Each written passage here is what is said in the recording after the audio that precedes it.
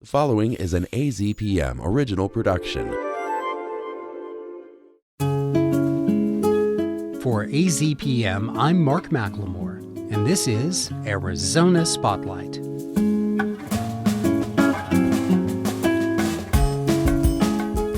Coming up, a conversation with Dr. Jasleen Chhatwal, the Chief Medical Officer at Sierra Tucson, about improving the way we talk with loved ones who express thoughts about suicide. Learn about the Atascosa Highlands and a multimedia storytelling project led by two Tucsonans who hope to raise awareness and appreciation for this unique region. And Arizona Daily Star Street Smarts columnist David Layton looks into why one local town's name has been causing confusion since the 1850s. Those stories are next on Arizona Spotlight. The first story on this week's show is a conversation about suicide with a mental health professional and survivor who advocates for better communication about mental health and suicide prevention. Nothing graphic will be discussed, but we understand this topic is not appropriate for all listeners. September is National Suicide Prevention Month, and while the problem persists, the conversation has been evolving. Joining me now is Dr. Jasleen Chhatwal, a psychiatrist serving as Chief Medical Officer at Sierra Tucson. Dr. Chhatwal is also a survivor of suicide. Now, that is a designation that can also be applied to anyone who has lost a loved one because they made that fatal choice. I don't hide it. I am somebody who's fairly open about that experience because I feel like that's part of reducing the stigma of suicide. I lost my dad to suicide when I was 22. And so that has definitely shaped how I show up in my personal and professional life. First of all, I'm sorry for your loss. It must have been devastating. A person we had on the show just recently offered the thought that suicide is a permanent solution to a temporary problem. And although solution might not be the right word there, I think we understand what they were trying to say. When your father made his decision, do you feel like it could have been different if he had waited longer, 6 months, a year? Would his life have been in a better place, perhaps? Definitely. I think, again, one of the things that I will choose to comment on in the statement you made is that we talked about it being a decision. I'm not really certain in the research that I've seen or in my personal experience of having known people who've thought about suicide or completed suicide, that it really is a well thought out decision. It's oftentimes a very impulsive and sudden decision that's made. There is some research on people who have attempted and then survived that attempt. And oftentimes even they will share that it was something that was decided in that very second when the attempt happened. So even though there can be some preparatory behaviors, it really is one of those things that happens very suddenly. And it is a permanent act that then changes the trajectory of many people's lives, not only the person who obviously ended their life. Partly even the National Institutes of Mental Health and part of us as clinicians who are trying to reduce stigma about suicide are trying to shift our narrative about it being a decision or a volitional act. It very much is something that's driven by the despair the person may be feeling in the moment, or sometimes the despair that the mental health condition that they're dealing with makes them experience. Just a choice made when things are darkest and one has a hard time seeing the light on the horizon. I interviewed Kevin Hines, who's an author and filmmaker and motivational speaker. He's a suicide survivor. He chose to end his life by jumping off the Golden Gate Bridge. And when he survived, the Coast Guard was bringing him in, and so they told the hospital about his condition. They don't have too many jumpers who survived the fall. And there was a nurse who was ready to receive Kevin when he got there.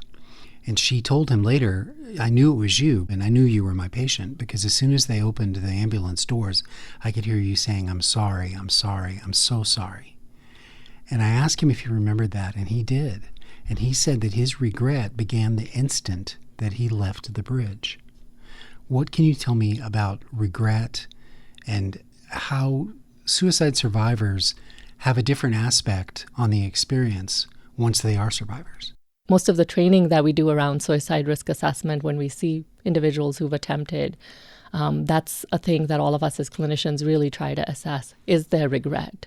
And if there is regret, that is really a big protective factor for that person. However, there are a small proportion of people who, after attempting, if they're not able to complete suicide, may say that they do not regret it and they are angry at the people who may have stopped them or saved them or found them, because even at that point, they want to continue with ending their life. And that to me speaks to the level of despair, the level of distress they may be in, the amount of suffering that they're going through. We know neurobiologically in your brain makes you see the world as being glass half empty. And so the fact that you'll have such a negative bias with a condition like that is why treating depression is so important, and why depression does get linked with suicide, is because even if you can practically think about all the amazing things that are there in your life, you're just not able to actually enjoy those. And your brain reward circuits are not functioning at their optimum. So you're not really being able to feel the pleasure of life. And so I think when we're talking about an approach to preventing suicide, it obviously is treating the conditions that are diagnosed, which we know will reduce risk. And then there's the element of helping a person proactively see the positive things in their life. So sometimes what we do is a intervention, which we call a suicide safety plan. So if you know that somebody's struggling with thoughts of suicide, you actually have them write out a one-page safety plan, which makes them think through what type of thoughts come up for them before they go to thoughts of suicide. What are some things they can do on their own to distract themselves, take their mind off those thoughts? Who are people they can reach out to for support? And then finally, crises or helpline numbers to reach out to if all those steps have been taken and they're still continuing to struggle. Suicide is the 12th leading cause of death in our country, and it is currently the second leading cause for young people. And these are young people who have their entire life ahead of them. And, you know, most of your listeners and you might also know somebody who has died by suicide really early in their life as a young person. And that stains the experience of their family forever. That's just something that is very, very hard to deal with. And different people do different things, like maybe putting their energy towards advocacy, trying to make sure that other people don't have to deal with the loss that they're dealing with. And maybe that's partly what I'm doing in my life here. I feel like one of the major issues you must run into is that depression is such a private condition. When I'm dealing with a bout of depression, I don't find advice helpful. There's hardly anything anyone can say to me that's going to make me see out of that well of depression. Advice is not the way to go, right? We can't tell people how to feel. Right. It's actually one of the worst things to do is to say, hey, Mark, look at your life. Look at all these positive things and start counting down all the good things I see in your life. That's deeply invalidating of your experience. Our emotions are, like pain. We're the only ones who can feel it. Other people can imagine, but don't really know. So I think along with validating that this is how a person feels, there is an important role all of us in the community play, not only mental health professionals, in being able to let that person borrow some of your hope.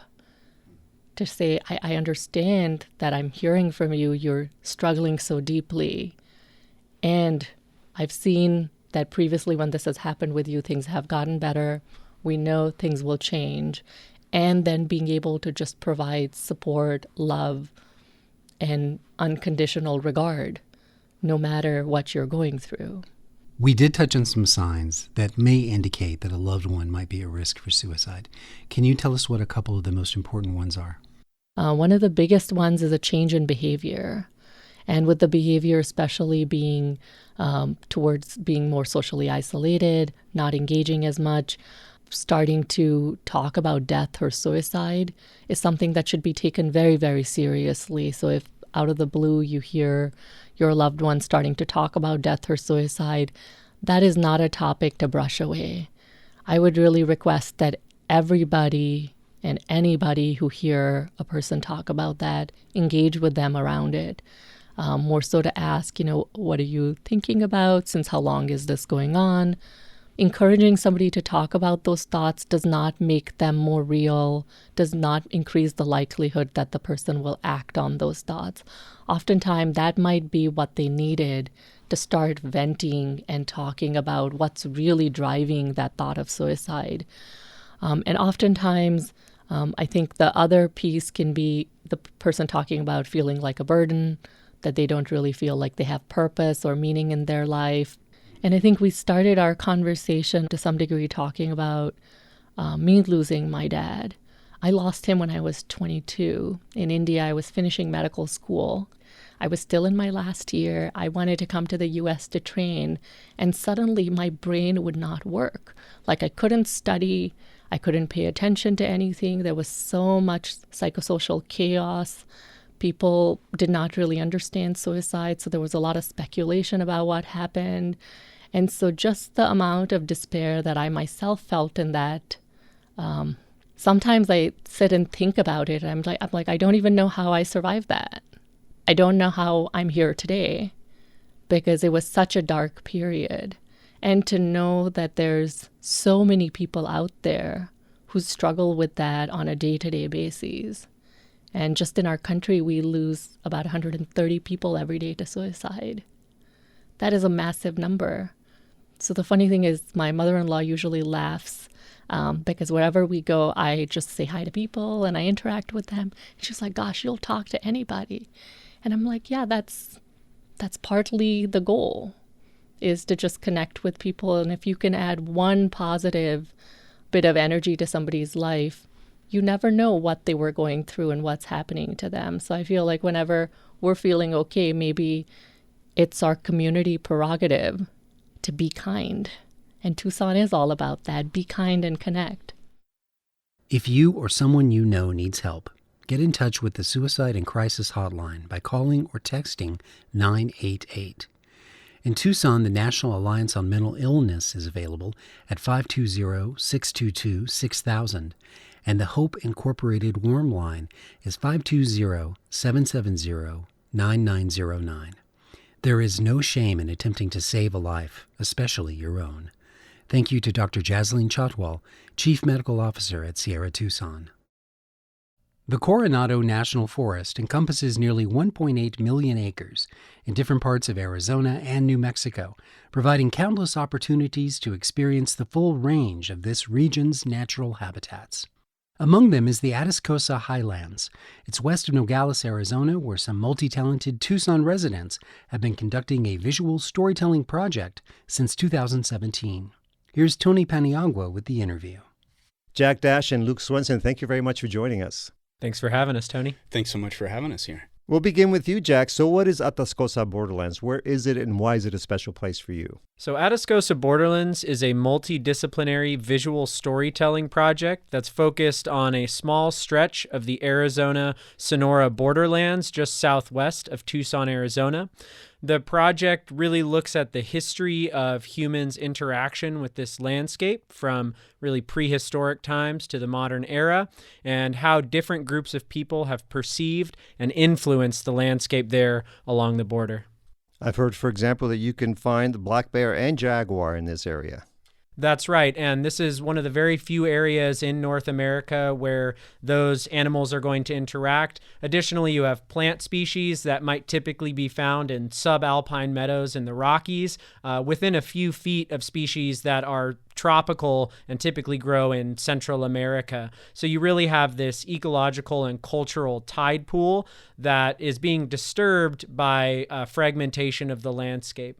So what does Atascosa mean? It's kind of a tricky word to translate from Spanish. It can mean very specifically a marsh or a bog, or more broadly, an obstruction or a space that is difficult to move through. And that in every way describes the Atascosa Highlands. They are an incredibly rugged collection of peaks and valleys. And this is one of the reasons that people are forced to migrate through this area. One, it's incredibly difficult to police. And two, it's an incredibly difficult area to be found, but that also makes it a dangerous area. And in fact, it is the deadliest part of the Coronado National Forest for migrants who are moving through those spaces.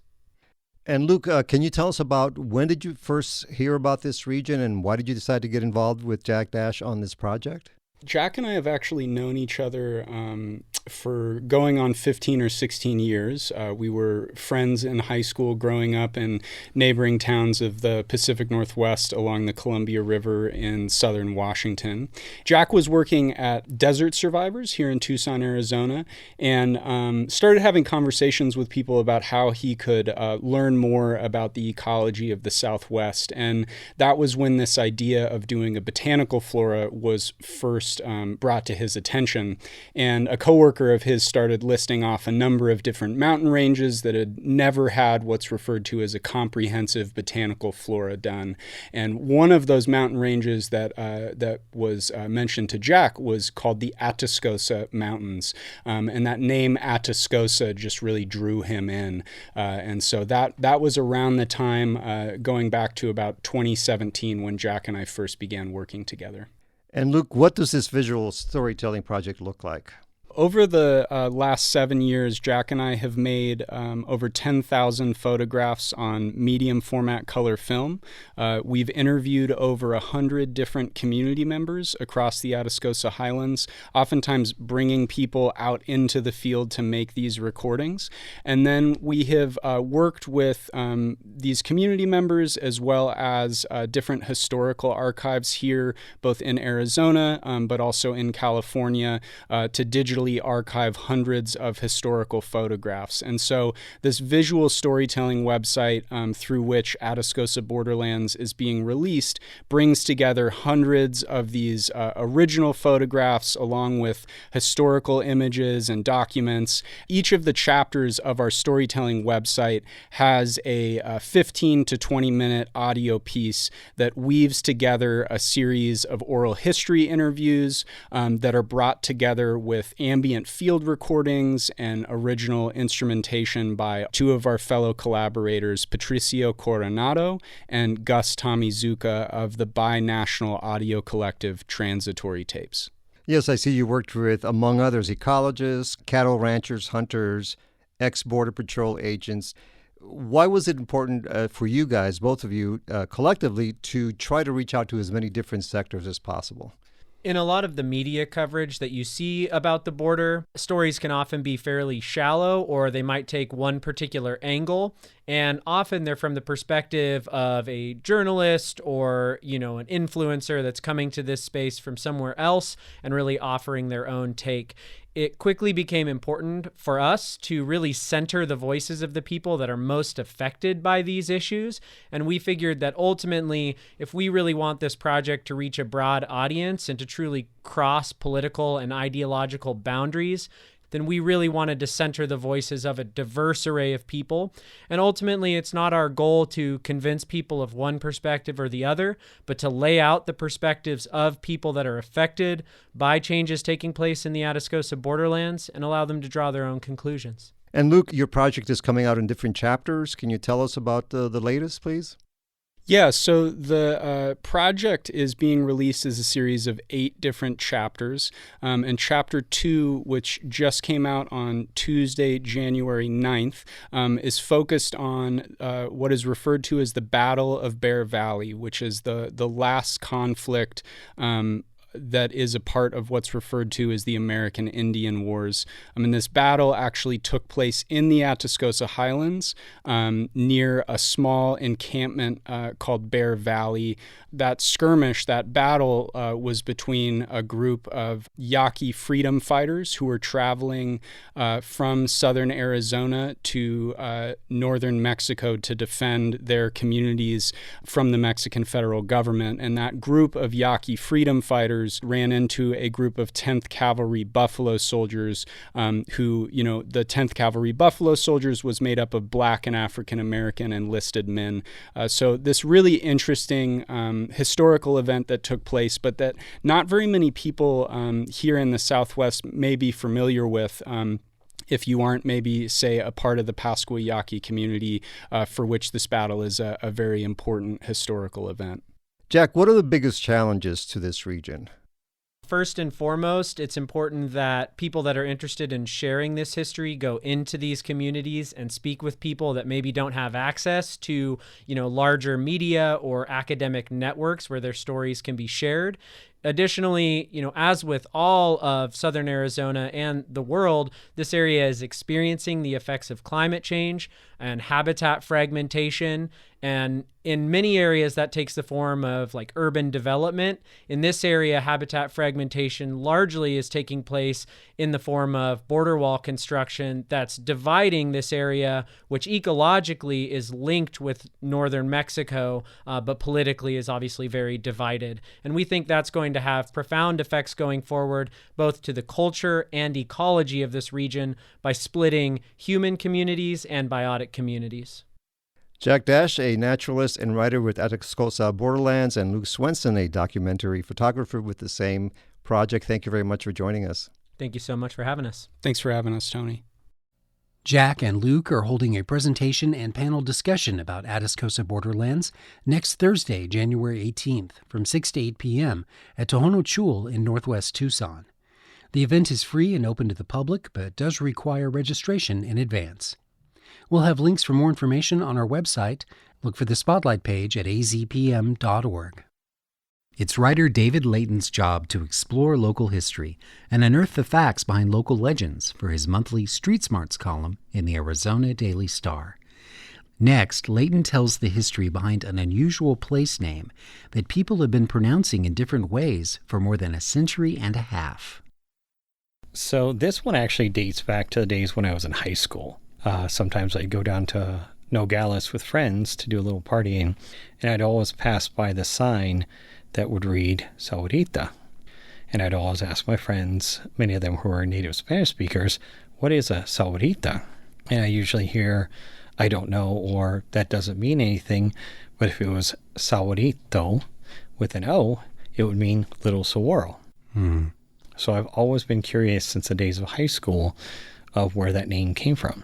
So what's the first step in this journey? How do we understand the naming of this place? The earliest known knowledge of it dates back to about 1820. You have the brothers Tomas and Ignacio Ortiz. They actually requested or petitioned the governor of Sonora and Sinaloa, which was one state at that point, rather than two separate states of Mexico. They petitioned for a land grant of 4 sitios, which is more than 27 square miles of land around La Canoa, what was called La Canoa. Now, this is 1820. If you know your history, you'll know this is a year before Mexico won its independence from Spain and was then no longer part of the Spanish Empire. So it's a bad time to put in government paperwork. Yeah, there was a lot of things going on at that point, so it wasn't the best time to petition for this. So how long did it take for them to get an affirmative answer? They had to go through the process of having it surveyed and appraised and then auctioned by at this point, Ignacio Elias Gonzalez, who was commander of the Tubac military post for Spain. They actually didn't get the land grant paperwork until 1849. So like 28, 29 years later. Yep. All the havoc of Mexico winning its independence from Spain. When they first appraised the San Ignacio de la Canoa land grant, describes a vast domain that stretched from Tubac to the south to El Sahuarito, with a G instead of an H and an O instead of A, where there exists a plant of this tree which remains as a landmark to the north. This tree. It's kind of funny, the words and phrasing like they used to put back in the 1800s.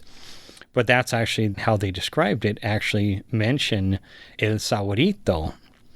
It was a kind of a landmark where people knew. Back in the 1800s, you pretty much only had 2 cities in what became Arizona. You had Tubac and Tucson. And the Sahuarito was essentially a saguaro, kind of an odd-shaped saguaro that was normally used as a landmark. So if you were traveling from Tubac to Tucson, and you saw El Sahuarito, you knew you were X amount of miles or kilometers from Tucson. And the same thing from going from Tucson to Tubac, you kind of knew if you hit this odd little shaped saguaro known as El Sahuarito, that you were X amount of kilometers or miles from the other city. Well, things may have changed in the terrain in the last 100 or so years, but I think about how precarious it would be to base your expedition's lives on spotting the right saguaro. But if we jump ahead in time a little bit, you've got an account from John Spring, somebody who was stationed at Camp Lowell at the time, who says, at nightfall we stopped at a place called Sahuarita, Little Giant Cactus, for an isolated plant of that kind growing near the place, which was an eating and watering station kept by someone named Benedict, about 25 miles south of Tucson. So originally a former Union soldier by the name of Cyrus S. Rice settled next to the Sahuarito, and he kept a little ranch there for a little while before he sold it to a Mr. Benedict. Mr. Benedict set up a stage stop where people traveling between Tucson and Tubac could stop, water their horses, feed their horses, and I think they also could stay for the night as well. And that's what it became known as, like a stage stop. Yeah, that's the same way that Las Vegas started. The next step after Benedict was an individual by the name of James K. Brown purchased the Sahuarita Ranch from Benedict, and he also not only set up a ranch, but at one point in 1882, he set up the post office in that area, and it was called the Sahuarito Post Office. By this time, it's being spelled with an H and an O rather than a G. Now, that post office existed about 4 years. His wife, Olive, was the assistant. He was the postmaster there. So I interviewed his granddaughter, Olive Brand, and she told me their ranch was always known as the Sahuarito Ranch, not the Sahuarita Ranch. And she kind of laughed about it because the family never understood how it ended up to being Sahuarita when the ranch itself that the family had owned had always been Sahuarito. But in 1915, now, Mr. Brown sold off his ranch in the, I think it was 1880s or 1890s, and not much happened in that area up until about 1915. People started moving in, companies started buying up the land because the land was right next to the Santa Cruz River, which still had water in it. So at that point in 1915, they reopened or reestablished the post office, and it was named Sahuarita with an A. And since then, the post office in town has always been called Sahuarita with an A. And it's grown a lot from a watering hole into a whole community. To a fast-growing town. My guest, David Layton, writes the Street Smarts column that appears on the first Monday of every month in the Arizona Daily Star. Thank you for listening to Arizona Spotlight. This show is a production of AZPM. The production engineer is Jim Blackwood. I'm producer and host Mark McLemore. AZPM podcasts are made possible in part by donations from listeners like you. Learn more at support.azpm.org. Thank you.